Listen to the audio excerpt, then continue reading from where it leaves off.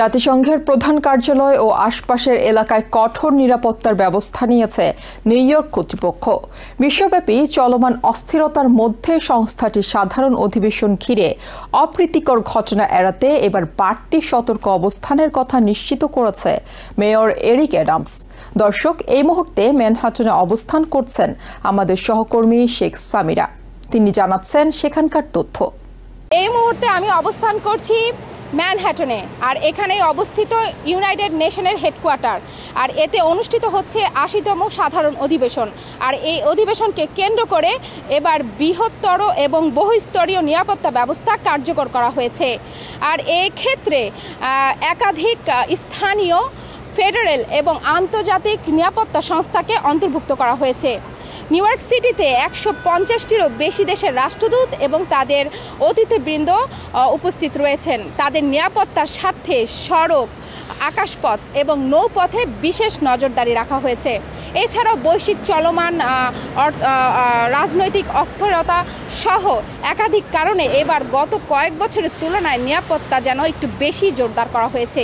এক্ষেত্রে NYPD অর্থাৎ local police বিভিন্ন সড়ক সহ সাবওয়েগুলো নিয়ন্ত্রণ করছেন। তারা বিভিন্ন সড়কে চেক পয়েন্ট এবং স্ক্যানিং করছেন।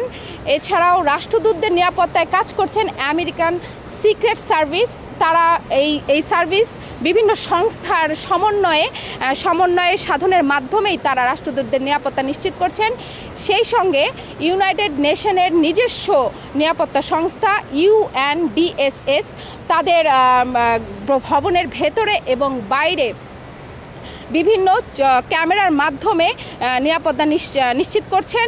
সেক্ষেত্রে তারা স্থানীয় নিরাপত্তা সংস্থারও সহযোগিতা নিচ্ছেন। এছাড়া আকাশপথ নিয়ন্ত্রণ করছেন ফেডারেল অ্যাভিয়েশন অ্যাডমিনিস্ট্রেশন। তারা ইতিমধ্যেই ড্রোন সহ বিভিন্ন প্লেন চলাচল ম্যানহাটনের আকাশে চলাচল নিষেধাজ্ঞা জারি করেছেন এবং নৌপথগুলো সাধারণত আমেরিকান কোস্ট গার্ডরা এই নৌপথগুলো নিরাপত্তা দিচ্ছেন। তাদেরকে সহযোগিতা করছেন নিউ ইয়র্কের নৌ মিলিশিয়া বিভাগ এবং এছাড়াও পুরো ইউনাইটেড নেশনের হেডকোয়ার্টারকে কেন্দ্র করে প্রায় ১৪০০ সিসি ক্যামেরার মাধ্যমে সার্বক্ষণিক পর্যবেক্ষণ করা হচ্ছে সবকিছু। এছাড়াও এই সাধারণ অধিবেশনকে কেন্দ্র করে ফার্স্ট এভিনিউ থেকে শুরু করে মিড টাউন ম্যানহাটনের বিভিন্ন সড়কগুলো ইতিমধ্যেই বন্ধ রয়েছে। এতে যাতায়াত একেবারেই সীমিত করা হয়েছে। এখন পর্যন্ত আমার কাছে এটি ছিল প্রাপ্ত তথ্য। নিউ ইয়র্ক থেকে সম্প্রচারিত TVN 24 টেলিভিশন বিশ্বজুড়ে বাঙালির কণ্ঠস্বর।